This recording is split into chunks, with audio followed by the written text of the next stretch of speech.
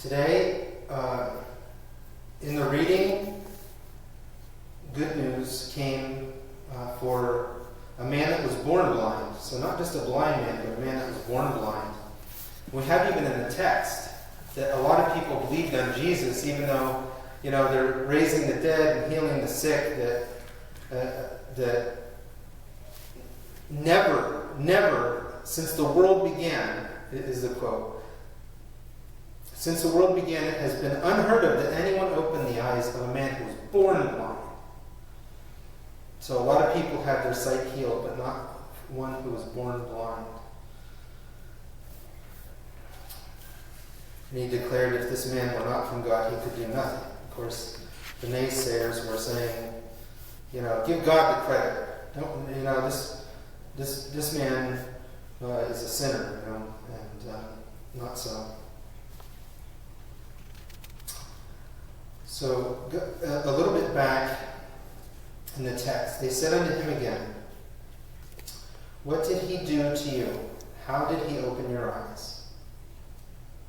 And he answered them, I told you already, and you did not listen. Why do you want to hear it again? So, this stood out to me as I was reading today. I'm not sure if it stood out to me ever before. But in other words, I'll just repeat that. They said unto him, what did he do to you? How did he open your eyes? And he answered them, I told you already, and you did not listen. Why do you want to hear it again? What we learn from this is not to enable bad behavior and not to accept bad premises from other people. They already asked him this question for ill intent. He answered, and they wanted a different answer. So they asked him again. And I got to tell you, as a priest, I get this kind of thing. I do. And I have to do more of this practice, not to enable the bad behavior by again and again answering questions that were already answered, just because someone wants a different one. And you have to too. This is a message for you. Not to enable bad behavior, be it in the workplace or home or anything else. Just because someone wants a different answer from you doesn't mean, by the way, yes and no are both complete sentences by themselves.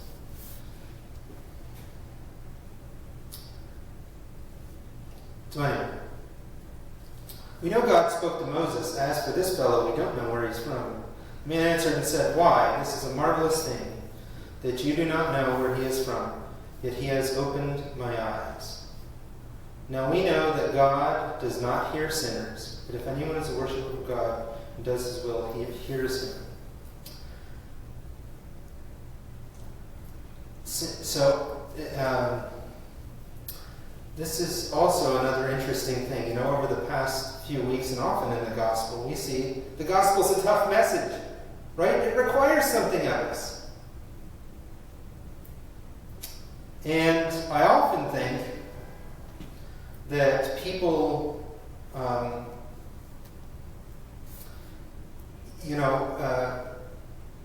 don't fully want to listen to Christ and what he has to say. But the gospel is truly a tough message. And I often think, again, I'm not sure how many Christians would actually like Jesus. As you're reading through the gospel readings, I can just imagine a lot of Christians saying, now Jesus, it's not what you said, it's how you said it, right? Which, by the way, I can't stand it when people say that. But anyway, I can imagine people saying it to Jesus. It's not you said, it's not what you said, it's how you said it. Right? Well, Jesus, he has some good message, but he doesn't have a very good bedside manner. The fact is that sometimes we need different type of treatment. And sometimes that is being laid on the line before us and it hitting us directly. Not a good bedside manner. As we read later in Scripture, sometimes we need pulled out of the fire right away. And that means sometimes a tough message. I want to go to the epistle.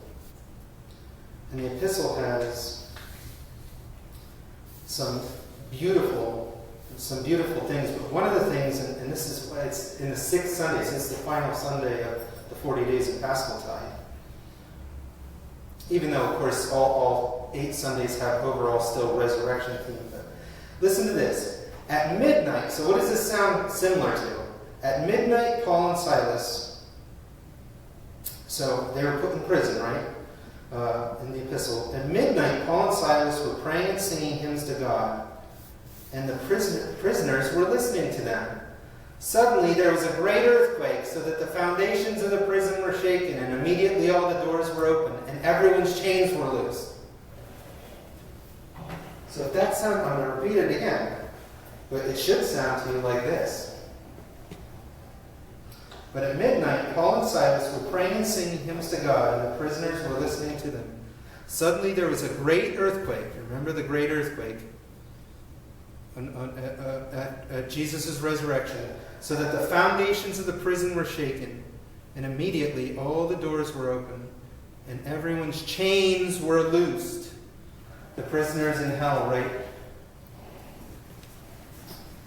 Resurrection themes for sure.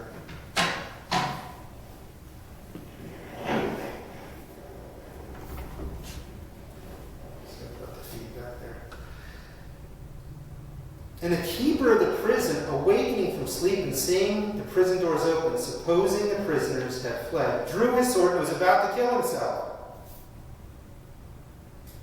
But Paul called with a loud voice, saying, "Do not harm, do yourself no harm, for we are all here."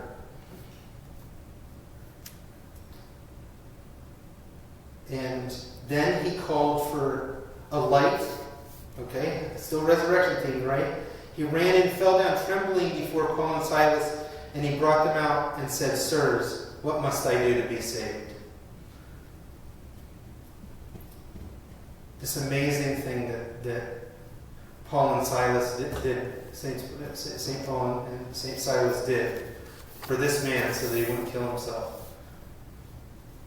The angel let them out of prison, and the man and they stayed in so that the jailer did not kill himself. We had, some irregular occurrences here, both during Great Lent and during Holy Week, and it was pretty amazing. I mean, we would hear noises all throughout the church beforehand, during Great Lent, and then that actually stopped come late Holy Week and Pascha, and instead we were having lights relight and lamps relight. Again, if it's not miraculous, it's certainly irregular.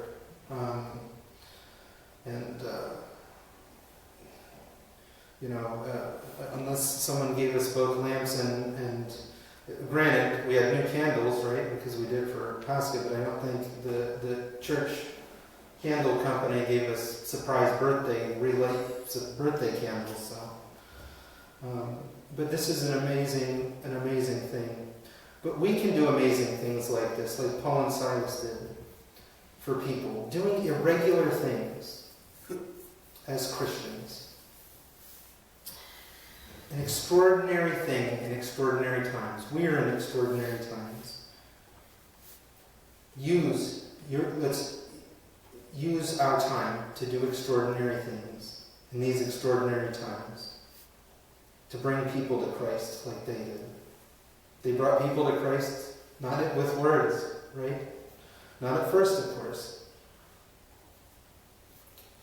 Christianity is not about what God and the church can do for me and for you, but what each of us as the church can do for God. Let us do it, being given the grace of His holy resurrection. In the name of the Father, and of the Son, and of the Holy Spirit. Amen. Christ is risen. Indeed, He is risen.